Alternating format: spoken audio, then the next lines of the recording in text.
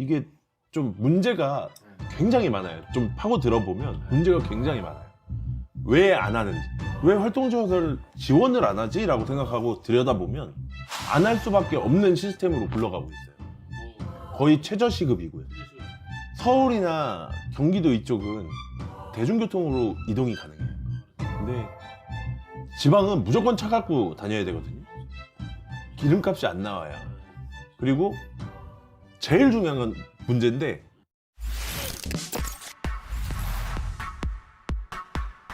안녕하세요. 네. 장애인의 자립생활을 돕고 있는 더자림입니다. 어디서 오신 누구신지 네. 간단하게. 네. 저는 충북 음성에서 두 아이 키우고 있는 아빠고요. 자폐성 장애하고 지적장애 동반해서 갖고 있는 아이 하나고요. 7개월 조사나 키우고 있는 아빠입니다. 활동 지원 제도에서 가족 지원을 허용해야 된다. 뭐 이런 내용들 하다가 우리 전문위원님이 가족 지원을 허용하는 거는 근본적으로는 맞지만 아주 큰 그림에서 봤을 때는 가족 지원이 되는 것이 본래 취지를 좀 훼손할 수도 있다. 그런 맥락이었나요? 네. 네, 그런 맥락으로 얘기를 하셨는데 거세게 비판하셨던 댓글에 다시 댓글을 지울 수밖에 없었어. 자폐성 장애인 당사자 아버님이시니까 이런 글도 남기셨구나 그렇죠. 라고 해서 또 다른 의견이 있으실 것 같아서 제가 인터뷰를 하게끔 이렇게 유도를 시켰어요. 이걸 시키는데 거기에 넘어가셨고 네, 다시 한번 좀 감사드립니다. 이런 건 피하면 안 되죠. 활동 지원 제도에 대해서 지체장애인 당사자들하고 부모님들, 특히 발달장애가 있는 부모님들하고 아주 격렬하게 부딪히는 부분들이 많이 있다는 걸 우리가 알게 됐는데 그 입장을 하나씩 좀 대변해 주시면서 조심스러운 말씀 드리지만 네. 제가 그 많은 분들의 입장을 대변할 수는 없어요. 그렇죠. 그러니까 장애인, 어쨌든 신체 장애인이나 정신 장애인이나 다 똑같은 장애인 범주 안에 있는데 정신 장애인, 발달 장애인 안에서도 다 다르기 때문에 그렇죠. 상황이 다 달라요. 그렇죠. 재력도 다르고요. 가족의 그렇죠. 가족의 구성원도 다르고, 상황도 상황도 아이들의 다르고. 나이도 다르고, 그렇죠. 사는 지역도 다르고, 그렇죠. 그것들이 다 하나하나씩 요소가 있으면 어느 게 딱 정답이다, 뭐 이게 기본적인 모습이다라고 이렇게 말씀을 드리기가 애매해요. 그러니까요. 저도 그래서 그렇죠. 예전에 그런 말 비슷하게 했는데 그 말씀 잘 해주셨는데 어쨌든 우리가 지금 나누는 얘기는 이걸 완전히 대변하는 얘기는 아니다. 네. 그렇지만 또 살아있는 얘기들이니까 저는 살아있는 날것의 각자의 상황에 맞는 얘기들을 또 한번 나누면 또 그것도 도움이 될 것 같습니다. 장애인 활동 지원에서 가족 지원 기본적인 입장에 대해서 한번. 일단 저는 장애인 활동 보조 이 제도의 기본적인 제 입장은 한 가지예요. 딱 정리하면 장애인 당사자가 정신장애인이든 지체장애인이든 장애인 당사자가, 그리고 당사자가 그걸 정하기 힘들다면 양육하는 보호자가 쓰고 싶은 곳에 알아서 쓸 수 있게끔 해줘야 된다. 네네. 그게 제 기본적인 입장이에요. 그렇죠. 쓰고 싶은 곳이라고 하면 좀 더 그러니까 구체적이면 가족 지원으로 해서 가족이 돌볼 수도 있고, 불볼 수도 있고. 아니면 가족이 난 내가 이걸 하지 말고 나는 일하러 갈 거야, 대신에 활동보조인이 붙어줬으면 좋겠어 라고 하면 그쪽에도 쓸 수 있게끔 해줘. 그렇죠. 그러니까 예산은 어쨌든 한정적인데 그거를 저희가 원하는 대로 쓸 수 있게끔 해줬으면 좋겠다는 해갈 수 얘기죠. 있- 그러면 싸울 일이 없어요. 그 한시적으로 우리가 그 코로나 때는 허용해줬잖아요. 네, 맞아요. 제 기준으로 말씀드리면 저희 아이는 어쨌든 17년 3월생이기 때문에 활동보조인을 많이. 작년 3월 이후부터 쓸 수 있었어요. 네, 만 6세예요. 6세부터. 그래서 코로나가 끝나는 종식될 무렵에 저희가 신청을 했죠. 그죠. 저희는 경험해 본 적이 없죠. 지금은 제도는 지금 못하게 돼 있는 거죠. 이제 그렇죠. 지금은 예외 규정으로 존재해요. 그러니까 저도 정확히는 모르는데 네네. 제가 알고 있기로는 3개월 동안 활동보조인을 구하지 못하고, 네. 그 다음에 공단에서 파견 나오는 선생님이 있는데 그것도 올 수가 없는 환경일 경우에, 그러니까 막 완전히 산간벽지 막 네, 이런 네, 네. 느낌이네요. 네. 그러니까 파견으로 나오셔야 되는데 그분은 월급을 받아서 하시는 활동보조인인데 그분이 나오기도 힘든 상황이면 군 지사의 그 재량으로 한시적으로 허용할 수 있게끔 되어 있는 법안이 있어요. 그 장애인 활동 지원 그 법안 내용이 있더라고요. 여기에 하나 더 갔는데 그 지자체 이용자에 비해서 활동보조 비율이 0.5 미만일 때. 활동지원사가 압도적으로 적을 때 가족이 좀 허용할 수 있게 예외 네. 규정만 지금 돼 있는. 근데 예외 규정도 100% 지급이 아니라 50%만 지급하죠. 그러니까 쓰지 말란 얘기죠. 그렇죠.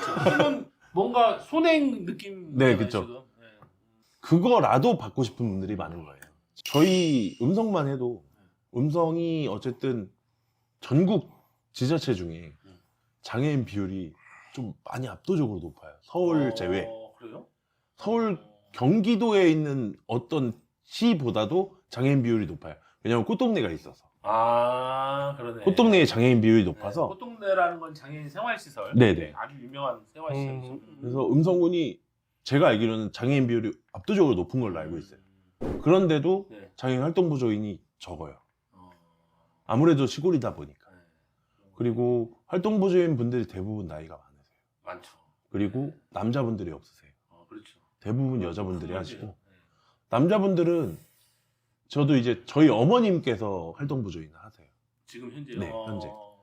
저희 어머님이 발달장애인 그 지적장애 1급인 아이를 중학교 1학년 때부터 지금 23살까지 계속 하고 계시거든요. 네. 그러니까 그걸 저희도 저희 아이가 장애인이 되기 전부터 봤죠. 그랬었는데 이제 가족이 했으면 저희 어머님이 그걸 해주겠다라고 하셨는데 장애인은 이제 부모님은 못하게 되신 거죠. 어떻게 직계 보면- 혈족이다 보니까. 그렇죠. 어떻게 보면 굉장히 경험도 있고 잘하실 수 있는 건데. 오히려. 제일 중요한 문제는 네. 남자분들이 좀 많이 하셔야 되는데 남자분들이 없어요. 그 남자분들은 대부분 재가요양으로 많이 빠진다고 하시더라고요. 시급은 비슷한데 훨씬 덜 복잡하고 위험 부담도 적고 이게 좀 문제가 굉장히 많아요. 좀 파고 들어보면 문제가 굉장히 많아요. 왜 안 하는지, 왜 활동지원을 지원을 안 하지? 라고 생각하고 들여다보면 안 할 수밖에 없는 시스템으로 굴러가고 있어요. 거의 최저시급이고요. 최저시급이죠. 거기다가 대부분 복지관에서 이걸 진행을 한단 말이에요. 그렇죠. 그러면 소개비 명목으로 어쨌든 빼가요. 급여에서 일정 그렇죠. 부분 떼가요. 서울이나 경기도 이쪽은 대중교통으로 이동이 가능해요. 그렇죠. 근데 지방은 무조건 차 갖고 다녀야 되거든요. 기름값이 안 나와요. 그리고 제일 중요한 건 문제인데 대부분 통학 문제를 많이 하시거든요. 그렇죠. 어린이들. 통학을 많이 하시는데 센터도 이동하고 치료센터 이동하고 거기에 기름값이 안 나오는 건 물론이고 아이를 만났을 때 카드를 찍어요. 그리고 아이를 데려다 줬어요. 시간 그러면 문제. 카드 다시 찍어요. 그러면 그 대기 시간은 임금에 안 들어가요. 인정 안 해주고. 활동 지원 문제 얘기하려면 밤을 밤을 해야 맞아요. 돼요. 저도 해야 밤새 얘기할 수 있을 것 해야 같아요. 되는데 일단은 가장 큰 문제 아까 단가 부분 얘기해 주셨는데 단가 부분이 이 활동 지원 제도를 처음 도입을 할 때 그때 도입한 때 단가가 딱 적당선이었어요. 적당선이고 이 활동 지원 제도가 처음에는 시범사업 뭐 복지관 프로그램을 시작해서 이게 좋은 서비스다라고 해서 국가에서 받아들여서 국가 사업이 됐거든요. 근데 활동 지원 제도가 이게 바우처 제도로 이렇게 끼워져 넣었어요. 네, 저희 장애인계에서 활동 지원 제도는 바우처 그때 당시 바우처 뭐 노인돌봄 뭐 임산부 뭐 지원 네네. 이런 것도 껴맞춰서 하기에 좀 무리가 있다. 그렇죠. 무리가 있고 활동 지원 제도는 장애인의 전반적인 일상생활을 지원해 주다 보니까 딱딱딱 끊기가 어렵다. 라고 해서 아까 결정 문제도 말씀해 주셨잖아요. 결정 문제도 그렇고 전반적인 바우처하고 전략은 좀 안 맞다. 맞아요.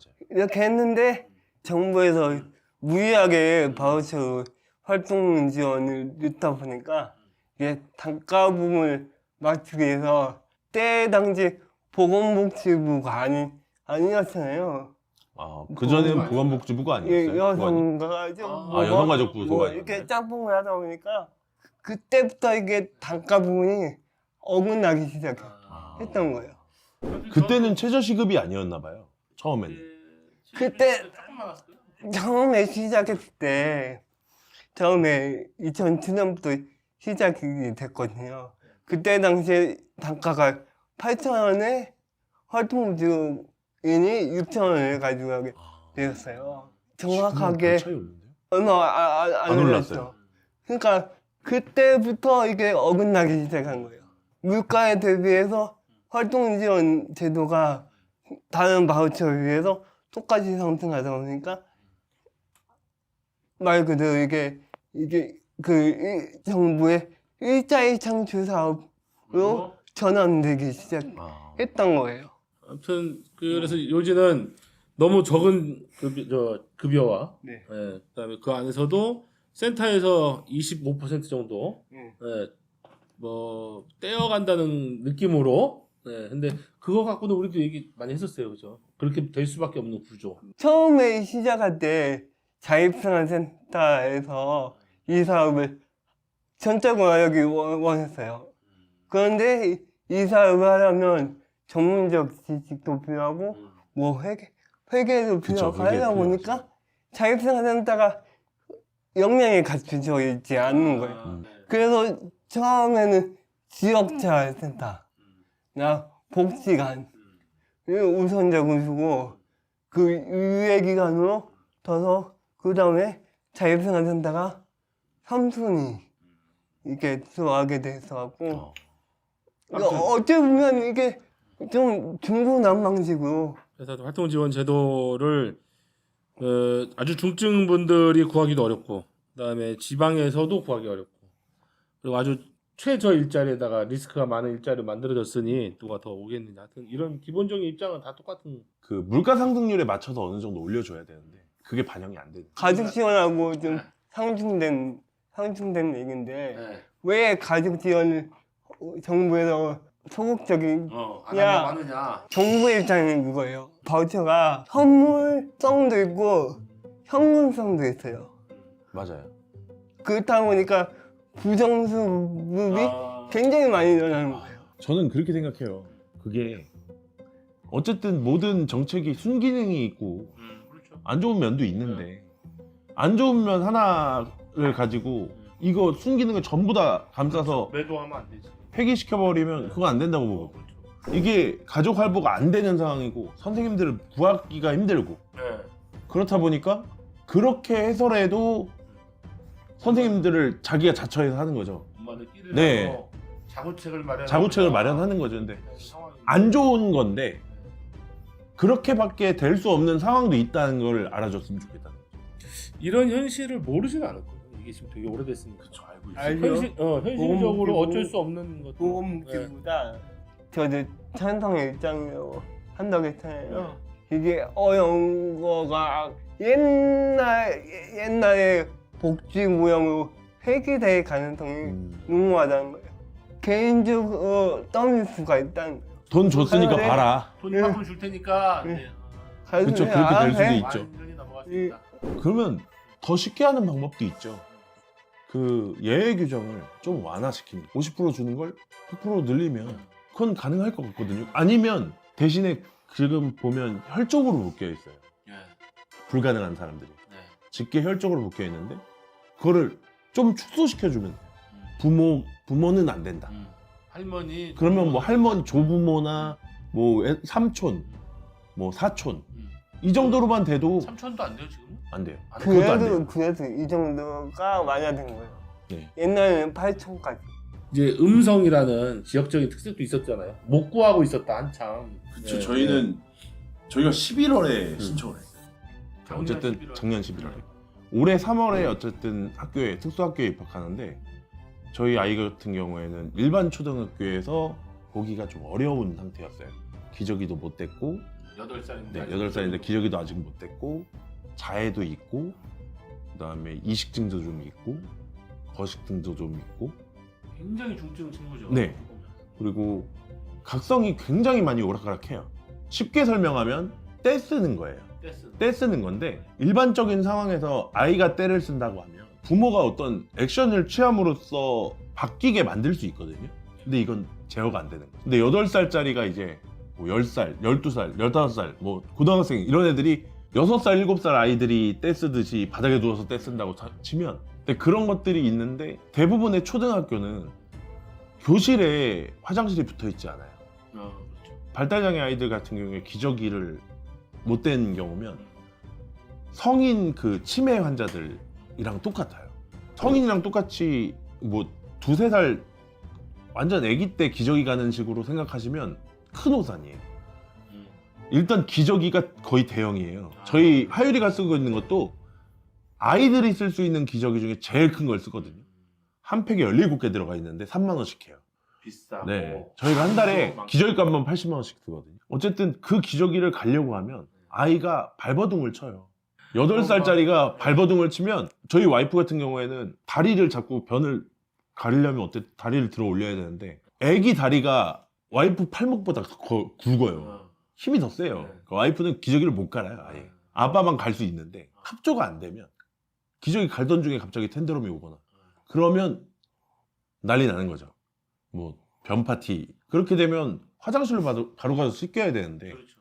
화장실이 멀거든요. 그런 아이들이 한 반에 2~3명씩 있을 수도 있어요. 우리 공교육에서는 어쨌든 한 반에 선생님 2분이거든요. 특수교사 1명에 지원사 1명. 그런데 아이는 3명, 4명 이렇게 돼 있는데 선생님 2명이 6명이 있겠네요.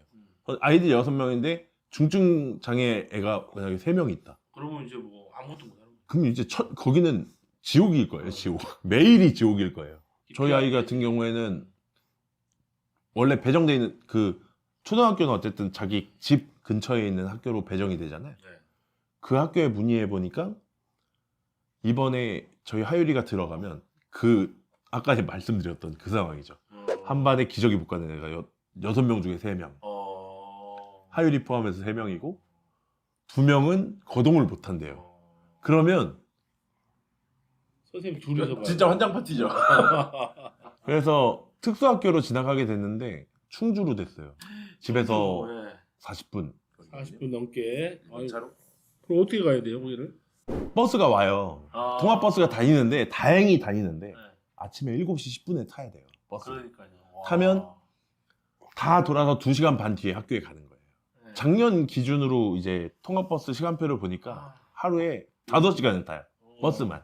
이게 또 돌 거 아니에요. 그쵸, 그러니까. 버스를 5시간을 타는 거예요, 하루에. 네. 제가 만약에 출근을 하는데 출근 거리가 왕복 5시간이다 그러면 저 일주일만 하면 사표 낼 것 같아요. 그렇죠. 아이들 안 다닌다고 할 것 같아서. 그래서 활동보조를 빨리 구하려고 11월에 신청을 한 거예요.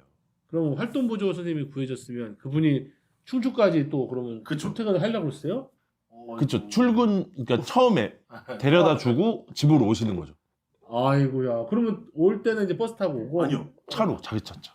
아니, 원래는 자차가 안 되잖아요. 네. 그래서 저희 집에 있는 차를 네. 저희가 와이프 차가 있고 제 차가 있으니까 저희 집에까지 어쨌든 저희 시골이라 네. 버스가 안 다녀요. 집에서 30분 걸려서 저희 집으로 와서 차를 대놓고 자차를 대놓고 네. 저희 차에 아이를 태우고 충주까지 갔다가 내려놓고 다시 저희 집으로 와서 차를 바꿔 타고 집에 가시는 거죠. 집에 올 때는 5시 20분에 버스가 어디 특정한 장소에 내려줘요, 아이를. 그러면 선생님이 자기 차를 갖고 자차를 갖고 저희 집에 와서 차를 대놓고 저희 차를 타고 그 특정한 장소에 도착해서 기다리고 있다가 아이를 픽업해서 저희 집에 와서 아이를 뭐 하원 보조를 해주는가 음식 먹는 걸 도와준다든가 치료센터로 이동해서 치료 받을 때까지 거기서 대기하시고 나오면 픽업해서 집에 데려다 주고 이런 활동을 하는 건데 와, 조금 이게 나은데 극한 직업이다 정말. 근데 교통비가 지원이 안 돼요. 지방 현실은 정말 어마어마하네요.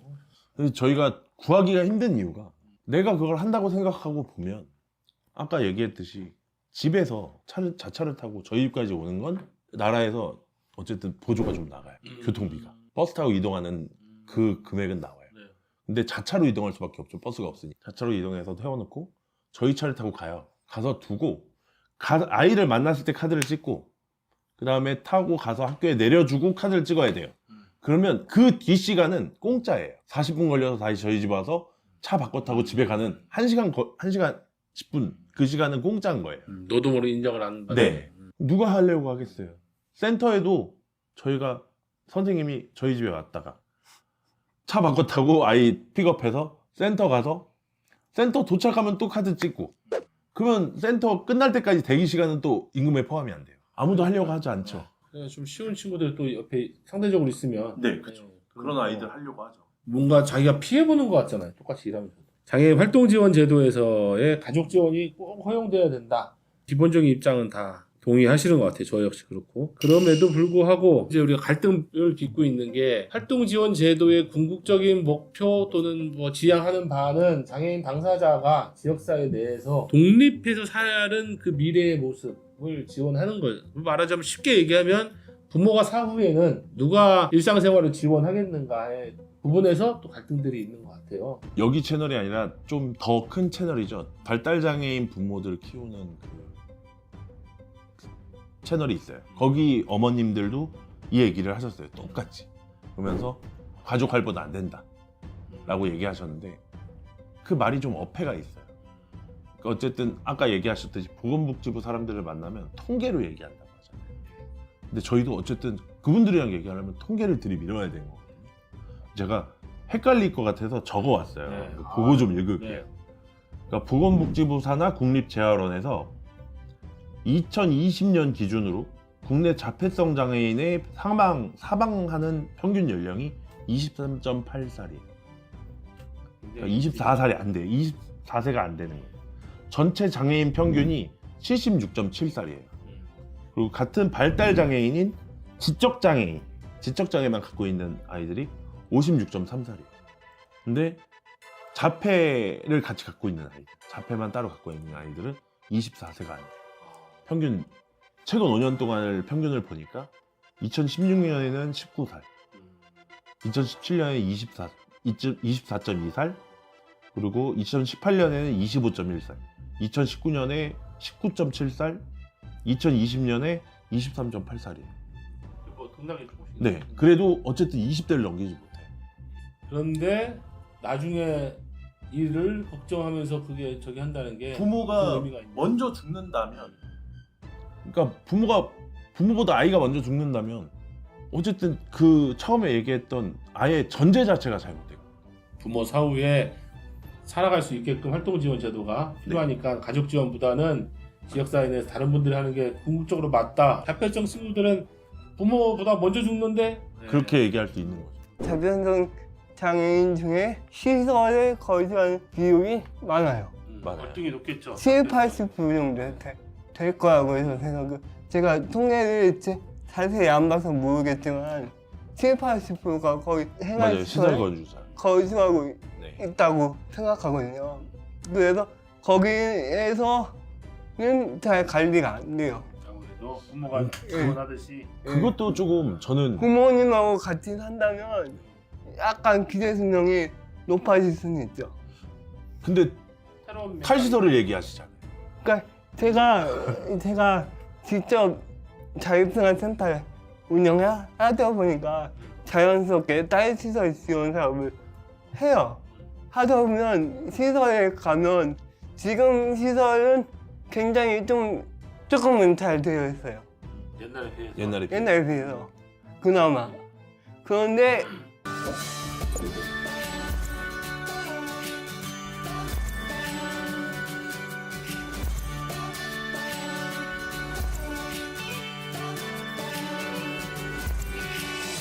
어떤 장애인이든 지역사회에 대해서 홀로 부모님 사후에 살아가는 거에 대해서 얘기를 하고 있었는데 자폐성 중증 부모보다 먼저 죽는 경우가 더 많다 이런 통계들 얘기했었고요.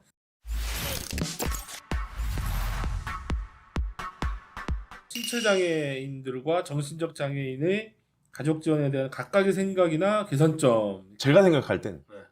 그렇게 나눌 필요는 없다고 봐요. 솔직한 얘기로 네. 이런 것들 다 결정하는 거 정치인들이 결정하거든요. 그렇죠. 정치하시는 분들이 결정하는데 두 그룹이 나눠져 있으면 한 목소리를 내기가 더 힘들어져. 그렇죠. 정치하시는 분들도 더 관심이 적게 가도 그렇죠. 괜찮다고 생각하실 거예요. 그렇게 되죠. 같이 묶어서 될 수 있는 상생의 방안을 찾아야 되는 게 전 맞다고 보거든요. 아까 기본적인 의견이랑 거의 비슷한데 정부에서 우리한테 바우처를 줄 때 내가 100이라는 금액을 바우처로 너희한테 줄게.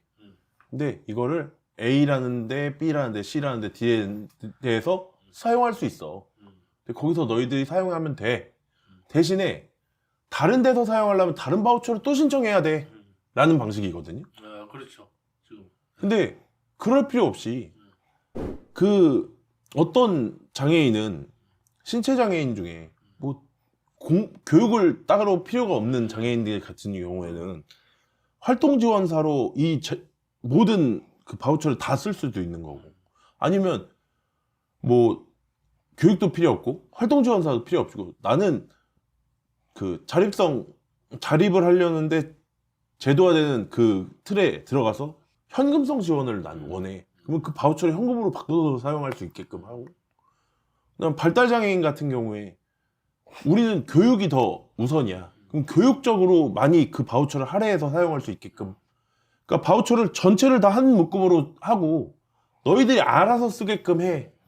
그리고 우리는 대신에 그거에 잘못된 부분만 우리 지적을 할게. 그런 식으로 가면 저희는 상생할 수 있다고 생각해요. 그렇죠. 신체장애인도 자기가 필요한 데다 쓰고, 지적장애인이나 발달장애인도 자기가 필요한 데다 쓰고, 그러면 싸울 일이 없거든요. 뭐 짧게 얘기하자면 네. 우리나라가 그 이런 소비자 중심적으로 복지를 지향해야 되는데 먼저 공급자 중심적으로 하다 보니까 그런 뭐 문제점이 발생되었는데 26년부터 개인 예전들과 하니까 앞으로 뭐 하유 아버님처럼 되겠죠. 지켜봐야죠. 또 어떻게 바뀔지는 모르겠지만. 장애인 활동 지원 인정조사의 생각이네요. 인정조사라는 말이 또 낯선 분들도 있을 텐데 그거는 좀 설명해 주시고요. 특히 발달장애인과 추가 혹은 고려할 사항 등. 인정조사를 먼저 설명해 주시죠. 인정조사를 모르시는 분들이 네. 있으니까. 장애인 활동 지원을 받기 위해서 국민연금공단이나 행정복지센터에 신청을 하시면 장애 정도가 심한 장애는 활동 지원을 사용할 수 있고, 조사표에 의뢰해서 인정조사를 해서 1부터 15강까지 이렇게 나누어서 점수를 막 준다는 거죠? 결혼정보업체에서 등급 놔두듯이 너네- 그렇게 해요. 개정되어서 1구간부터 15구간까지. 15구간까지. 그때 좀 받아보셨을 거 아니에요? 네, 저희 최근에 받았는데 받았을 저희는 어쨌든 인정조사가 뭐지라고 질문지를 받고서 인정조사가 뭐지 하고서 좀 찾아봤어요. 네. 근데 저는 인정조사를 제가 못 본 줄 알았는데 잘 생각해 보니까 봤더라고요. 아, 공단에서 네. 오신 분이 가리고 가리고 적으세요. 가리고 체크를 하기 때문에 체크하는 걸 보여주진 않으세요. 근데 네. 처음에 작성하기 전에 한번 보여주셨어요. 이런 방식으로 체크를 한다. 그때 한번 본 게 다예요. 체크를 원래는 되게 딱딱하게 하셨대요, 옛날에는. 근데 요즘은 그렇게 안 한다고 하시면서 저희 때는 어떻게 했냐면 저희 기준이에요. 저희도 한 번밖에 안 해봤기 때문에 그렇죠. 저희 기준인데, 이 활동조서를 옆에다 그냥 덮어두시고요.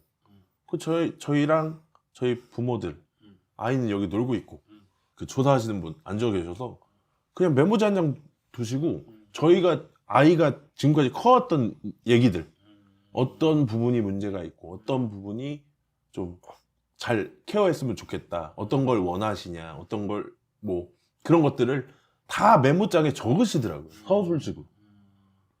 그리고 그거를 그냥 갖고 가셔서 요 내용을 토대로 조서를 쓸 거예요 라고 얘기하시더라고요. 이거를 직접 이렇게 쓰면 부모님들이 그러니까 좀 불편할 수도 네, 있겠다. 점수 좀 높게 주세요 막 이렇게 얘기를 한대요. 그러니까 네. 그런 것들이 좀 불편하신지 서술형으로 이렇게 적어 가셔서 가서 쓰신다고 하시더라고요. 근데 이렇게 많은 문항을 따로따로 물어보는 건 아니고 그냥 전체적으로 상담하듯이 네네네. 쭉 한 다음에 본인이 작성해서 네, 구간을 알려주진 않아요. 몇 구간인지 결정사랑 똑같아요. 결정사랑 똑같아요. 급여 양을 알려줘. 그러니까 시간이 나와요. 시간을. 네. 최대 시간이 몇 시간인지 나오는데 저희 90시간 받았거든요. 90시간. 근데 90시간이면 적은 건 아니라고 하는데 많은 것도 아닌데. 그러니까 처음 받는 걸로는 90시간이 적은 건 아니래요. 근데 이제 보통 학교에 가게 되면 다시 이의 제기를 해서 더 네. 얹어서 받을 수도 있고 나이가 더 들어가면서 시간이 부족하면 공단에도 얘기하고 읍사무소에도 얘기해서 더 늘릴 수 있다고 하시더라고요. 그래서 그거는 추후에 지금은 안 부족하니까 90시간이면 안 부족한 정도는 돼요. 이제 등하교 하는 정도는. 지금은 초등학교에 아직 안 가니까 안 가니까. 네, 방학 중이니까 그러니까 그 시간이 많아야 네. 가지고 있는 시간이 많아야 활동지원사 분들도 잘 붙어요. 아 그렇죠. 돈이 말하자면 되니까. 네, 그렇죠. 네. 자기 그 급여하고 관련된 부분이니까. 저희 아이는 뭐 기저귀도 다 갈고 하는데 저희는 아이는 아직 기저귀도 못 갈고요. 뭐 이식증도 있고요. 사람 막 때리고요. 이렇게 얘기할 수는 없는 거거든요. 그렇게 얘기했다 시간 많이 나오는데 네. 부모님들은 많이 나오려고. 근데 그거 하면 더 안 심하게- 구해져요. 아. 지금도 안 구해지는데 더 안 구해질 거예요. 이런 문제가 있네. 네. 국민연금공단은 일단은 구간을 측정하게 나왔기 때문에 뭐 자율성 심하다 얘기해도 상관은 없어요. 아, 활동보조 모집이랑은 다른 별개란 예, 얘기죠? 예, 다른 거예요. 그래도 저는 꾸며서 얘기하는 건 전 못할 것 같은데.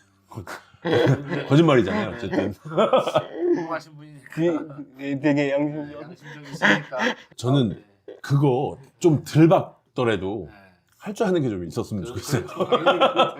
장애인 활동 지원의 신규 및 보수 교육에 대한 생각? 그러니까 제 의견부터 네. 말씀드리면 장애인 단체에서 일하고 계시는 사회복지사님이시잖아요. 네. 비장애인 비장애인 분들보다는 더 많이 아시겠죠. 그렇죠, 뭐 조금이라도 알겠죠. 네. 제가 역으로 한번 질문했어요. 네. 긴장된다. 자폐성 장애인의 네. 대표적인 특징은 한 3가지만 정도 얘기해 보시죠. 자폐성, 상동 행동, 눈 맞춤이 안 되는 거. 어떤 거죠? 근데 이제 뭐 반복되는 이렇게 보이고 막 무릎 뜯거나 네. 예, 특정 부위를 그다음에 눈 맞춤 안 되고 사회성이 안 되니까 사람들하고 또 의사소통이 잘 안 되는. 그렇게 알고 계시는데 네. 일단은 첫 번째, 세 번째 건 맞는데 자해는 일반적인 특성은 아니에요. 안 하는 애들이 더 많아요. 타해나 자해는 일반적인 특성이 아니에요. 보이기에는 그런 애들이 두드러져 보이니까 제가 본 아이들은 더 적었어요. 훨씬. 상동행동, 말 그대로 상동행동 있고 그 다음에 아까 얘기했던 텐드럼. 텐드럼이 어쨌든 제일 문제가 될 거예요. 막 네, 안 가겠다고 막 떼쓰고 들어눕고 저희 아이 같은 경우에도 유치원 데려다 줬는데 제가 갈 땐 괜찮아요.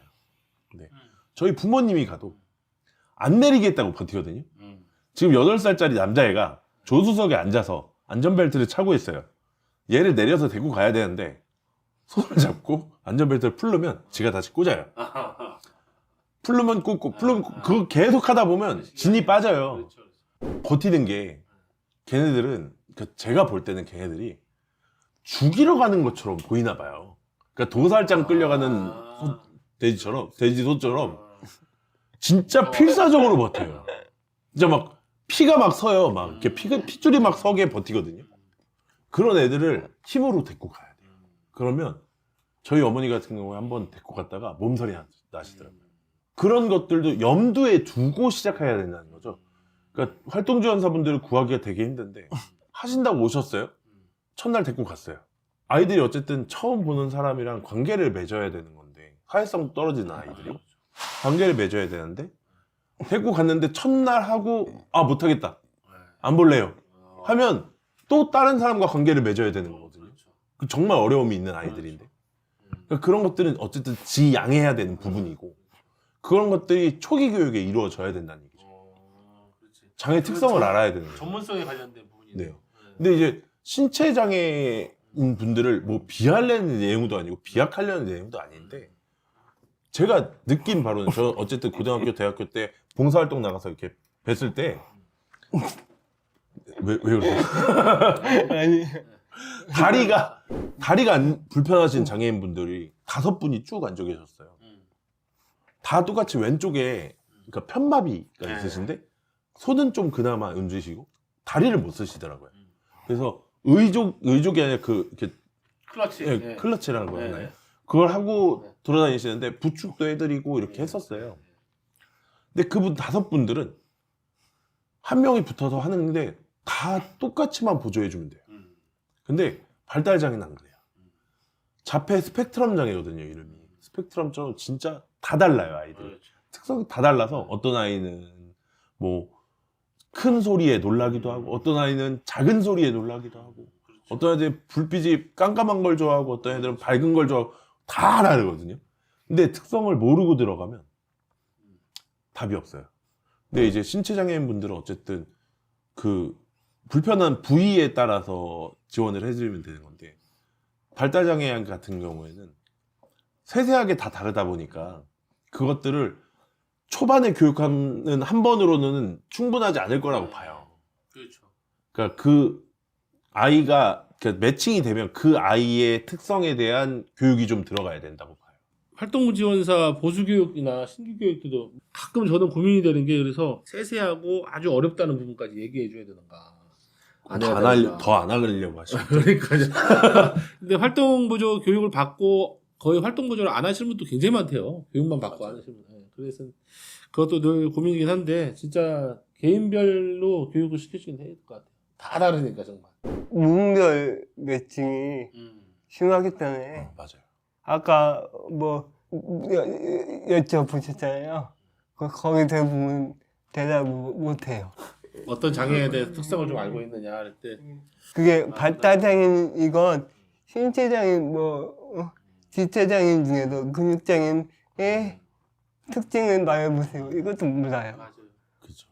이것도 모르고 졸업해서 일하는 사회복지사들이 많아요. 사회복지사들 분들이 어쨌든 기본 소양이라고 저는 생각했는데 현장 와서 배우는 거예요. 현장 와서. 맞아요. 현장 와서 배우죠. 저하고 중장님처럼 특별하게 관심을 갖고 연구하고 공부하지 않는 이상 몰라요. 저도 몰랐어요. 저도 이렇게 장애인이 많은지도 몰랐어요. 그러니까 저희 아이가 장애인이 되기 전까지는 안 보였거든요. 되게 그래요. 근데 네. 저희 아이가 장애인이 되고 저는 논문으로 공부를 했어요. 그러니까 학술 논문을 검색해서 번역해서 그걸 보는 걸로 공부를 했는데 굉장히 애쓰셨다고. 그거 말고는 방법이 없어요. 신뢰할 수 있는 내용은 그거밖에 없는 거죠. 약팔이 들고. 네, 그래서 약팔이 어쨌든 아니 유튜브에 약팔이 많더라고요 보면. 네, 네. 저는 교육도 마찬가지로 사회복지사분들도 똑같이 받아야 된다고 생각해요. 맞아요, 받아야 돼. 시간이 갈수록 장애에 대해서 다 모르겠어 점점. 진짜 다 틀려요, 다. 맞아요. 발달장애 쪽은 그래서 우리가 알고 있는 일반적인 상식도 사실 안 맞고 다 틀리다. 핵심은 저도 얘기 듣고 보니까 아까 지금 위원님이 말씀하신 무분별한 매칭 이게 지금 그러니까 이게 수요보다 공급이 적어요. 수요보다 공급이 적으니까. 아까도 제가 얘기했듯이 공급자 중심 체계가 공급을 하다 보니까 수요가 뒷받침이 안 되는 거예요. 이러면 또 다시 돌아서 가족 지원 허용하라로 또 갈 것 같은데 결국은 네. 이렇게 되니까. 이게 대두이가 맞아요. 되는 거예요. 그래서 싸우는 거죠. 네. 계속. 파견 기간에 실무자들이 현장에 잘 안 나가요. 서류가 너무 많아요. 제가 뭐 태도가 잘못된 거예요, 그럼? 100% 상담이 아니고 네, 네. 100% 확실도 아니고 이제 댓글 달릴 때. 저 같은 사람 또 있어요. 그러니까 서류가 이러긴 했는데 반짝이에요, 반짝. 그러니까 월말 월초만 바쁘고 네. 중간은 대부분 그렇게 바쁘진 않아요. 실무자들 싫어할 얘기들. 저는 좋아할 얘기를 해드릴게요. 실무자들 저는 이런 거 얘기하는 거 솔직히 다 필요 없어요. 그냥 관심을 좀 가져주셔라. 그래요.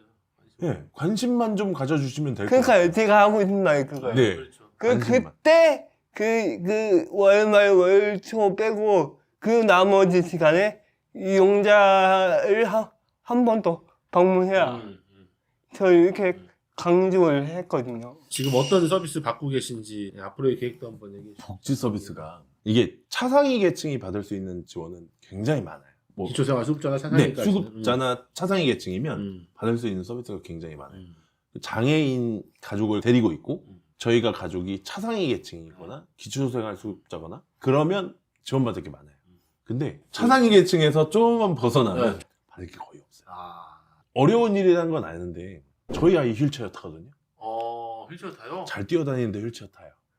왜 타게요? 저희 아이는 그러니까 발달장애 아이들 스펙트럼의 특성이긴 한데 저희 아이는 약간 그게 있어요. 기면증처럼 탄력 발작이라고 있어요. 혹시 아세요? 들어본 적 있으시죠? 내변변 장애 아이들이 겪는 건데 갑자기 몸에 힘이 팍 풀려버리는 상황이 생겨요. 같이 손잡고 가다가 갑자기 다리에 힘이 팍 풀리면서 애가 갑자기 졸아요. 네, 갑자기 조는 상황이 나와요. 그러면 애를 안고 가야 돼요. 근데 지금 저희 아이가 30kg거든요. 그건 약간 뇌병전 약간 근데 그건 이게 탄력 발작이 약간 있는 아이들이 있대요. 근데 그래요? 어쨌든 자주 있는 건 아닌데 네. 자주 있지 않아도 그래도 간혹가다 좀- 있으면 어, 어려운 상황이 생기니까 그렇죠. 태워 다니죠. 그 태워 다니는 이유 중에 제일 큰 건 통제가 안 돼요. 통제가 안 돼요. 제가 아이를 손잡고 갈 때 제 힘으로 그러니까 제 힘으로 아이를 제지를 하면 아이 어깨가 빠져요. 근데 아이 힘에 제가 딸려가면 제 어깨가 빠져요. 아니면 아이는 사고가 나겠죠. 그렇죠. 차도로 막 뛰어들어가니까. 그렇죠. 그래서 위험하지. 그 마라톤 영화 보시면 네네네. 초원이가 네. 그 얼룩말 엉덩이 이렇게 만지죠. 얼룩말 표범이었나요? 얼룩말이었나요? 얼룩말 무늬의 치마를 입으신 분 엉덩이를 이렇게 만지잖아요. 그러냐면 네. 그런구나. 하유리 같은 경우에는 네. 자동차 앞에 그릴에 그렇게 빠져 있어요. 꽂혀 있구나. 2살 때부터 지금까지. 자동차 앞에 그릴만 보이면 뛰어들어가요. 그래서 저희가 어쨌든 하유리 지금 다니는 병원은 하남으로 다니지만 처음에 진단받은 병원은 서울대 본원이거든요. 종로에 거기 엄청 큰 10차선, 12차선 도로에 애가 뛰어들면 그럼 뭐 큰일 나는 거예요. 네. 감당이 안 되겠다. 그러니까 휠체어를 끌고 다니는 거거든요. 근데 지체 장애인 분들은 장애인 용구 지원이 나와요. 나오죠. 네네. 휠체어도 나오고 특수보장구, 보장구들 나오죠. 자폐성 장애는 안 나와요. 그렇죠. 저희 자폐성 장애는 유모차가 그런 것은 안 나오겠다. 한계 하중 넘어서 나서 처음으로 유모차를 살려고 알아봤더니 휠체어를 살려고 알아봤더니 유모차용 휠체어를 제일 싼 걸 중고로 샀는데도 80만 원을 줬어요. 근데 그것도 얼마 못 쓰더라고요. 지금 쓰는 게 한 더 비싼 거긴 한데 그런 것도 알아보기도 힘들고요. 지원도 안 되고요. 그러니까 좀 복잡해요. 그리고 발달 장애인들은 어쨌든 좀 다 지원되는 거에서 좀 소외되기는 해요. 그 청각 장애인 분들, 인공 마우 수술이나 뭐 네, 이런 마우 것도 수술도 나오죠. 지원되고. 시각 장애인 분들 점자 책들 그렇죠, 지원되죠. 그렇죠. 그걸로 한글 배울 수 있는 네네. 교재들이나 이런 것들이 지원이 돼요. 청각 장애인 마찬가지고 농아분들도 마찬가지고. 근데 발달 장애인들은 없어요. AAC 프로그램이 있긴 한데, 그렇죠. 그러니까 뭐 의사소통 네, 지원해주는 거기에 애가 지적 장애가 포함되어 있으면 그것도 이해를 못하니까 잘 활용할 수도 없는데. 특수보장구를 좀 할 수 있는 걸로 지원을 해줬으면 좋겠는데 그건 안 된다고 하네요. 서울대병원 어린이병원에 소아정신과 앞에 가면 어린이 휠체어가 한 6, 7대가 쫙 대져 있어요. 보면 다 자폐 애들이 타고 다녀요. 한 2, 300만 원짜리 다 이렇게. 네, 지금 현재 그래서 받고 있는 받고 있는 서비스, 네, 발달 지원 바우처. 군청에서 바우처. 나오는 거거든요. 치료 활동에 쓸 수 있게. 얼마 안 돼요. 네, 뭐 언어 치료 뭐 이런 네, 것들 하라고 하고. 나오는. 교육청에서 나오는 바우처가 네. 있어요. 그것도 같은 맥락인데 10만 원 정도씩 네. 되는 거 두 개. 교육청에서 나오고 그 다음에 전기세, 가스비 그 지원 좀 나오고 되는, 그 다음에 통신비 통신비. 네. 그건 그게 뭐 다예요. 그냥 뭐 발달 장애가 아니라 장애인이면 나오는. 그리고 장애인 주차 톨비 어. 감면 되고 그게 다예요. 초등학교 올라가면 발달 지원 바우처도 어느 정도 끊기는 걸로 알고 있어요. 그리고 졸업할 때까지는 없다고 보면 되고요. 졸업하고 나면 이제 성인 장애인들 지원이 나옵니다. 근데 저는 여기서 그것도 좀 얘기 드리고 싶어요. 공무원분들이 보실지 모르겠지만 차를 한 집에 뭐 6, 7대씩 두는 것도 아니고 저희 차 같은 경우에 제가 업무용으로도 쓰고 출퇴근용으로도 쓰고 저희 뭐 여행 갈 때도 쓰고 아이 통학할 때도 쓰고 다 써요. 장애인 거를 발급받아서 쓰고 있는데 하이패스를 받으려고 하면 아이는 미성년자죠. 미성년자 아이로 이름으로 된 그 복지카드를 발급받아야 하이패스 되는 거. 그럼 거긴 선불밖에 안 돼요. 선불을 듣고 카드를 하이패스 단말기에 꽂고 지나갈 때 아이 명의로 된 핸드폰이 GPS가 켜져 있어야 할인을 받을 수 있는 거예요. 그렇게 돼 있구나 또. 네. 요즘에는 막 지문 누르는 것도 있고 별게 다 있었는데. 그러니까 지문이 없어지고 그렇게 바뀌었는데 그것도 솔직히 불편한 것 같아요. 그렇죠, 그것도 봐야죠. 이게 부모 어쨌든 이 지적장애 아이가 성인이 된다 한들 그 아이로 신용카드가 나오겠어요? 안 나오죠. 어쨌든 그때도 신용카드를 쓴다면 부모의 신용으로 쓰겠죠. 그러면 지금부터라도 부모 신용으로 신용카드 하이패스 카드라도 만들 수 있으면 후불카드로 넣을 수 있게끔만 만들어주면 그건 참 좋겠다고 생각을 해요. 이게 저희가 어디 이동할 때 장애인 복지카드를 하이패스 카드에 꽂고 가서 주차장에 대고 들어가요. 감면 받으려고 하면 그 카드 빼갖고 가야 돼요. 되게 불편해요. 지원되는 거 몇 개 없지만 그 중에서도 제일 불편한 게 그거예요. 이렇게 작은 채널에 와주신 것도 너무 감사하고 오늘 뭐 시간이 짧았지만 말씀이 다 하셨는지 모르겠는데 하고 싶은 말 뭐 일단 불러주셔서 감사하고요. 또 추후에 뭐 싸울 일이 있으면 네. 얘기해 주시면 네. 시간 내서 또 오도록 하겠습니다. 네. 바깥 활동을 하면 좋다. 제가 캠핑 영상을 보면 그 아버님이 성애가 대단하다. 아버님 성의가 대단하시더라고요. 진짜. 예. 그 열심히 캠핑 발달장애한테 제일 좋거든요. 그래서 제가 그 가족 지원센터 했을 때 가족 휴식 지원 사업이 있어요. 네네. 지체장애인 당사자 입장에서는 그게 별로 안 좋아 보였는데 발달장애인 부모의 입장에서는 좋은 프로그램이구나라고 생각이 들었어요. 근데 발달장애인이 아니라도 자녀를 데리고 나가는 거가 엄청 힘든 일이잖아요. 그렇죠. 네. 그 챙겨야 될 것도 많고. 근데 이렇게 표현하면 또 나 욕먹겠지만 자폐도 좀 다루기 힘든 자폐 아이들을 데리고 밖에 나가는 것 자체를 두려워하는 분도 얼마나 많은데. 근데 되게 대단하신 것 해보시면 같아. 괜찮아요. 근데 저희는 쉽지 않죠. 별의별 일 다 했었거든요. 텐트에 똥 발라놓고 별짓 다 했어요. 근데도 네.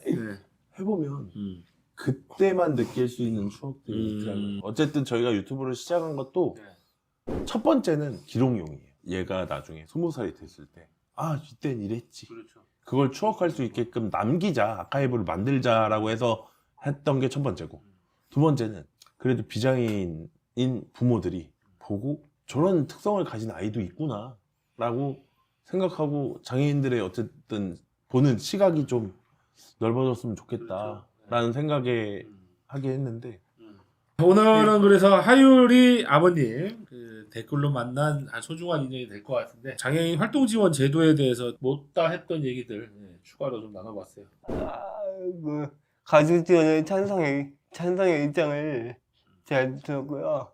우리나라 그 장애인 복지 제도가 점점 나아지고 있으니까 개인 예산제가 또 다른 희망일 수도 있으니까 잘 해서 하루에도 나중에 잘 커서 행복하게 살았으면 좋겠습니다. 감사합니다.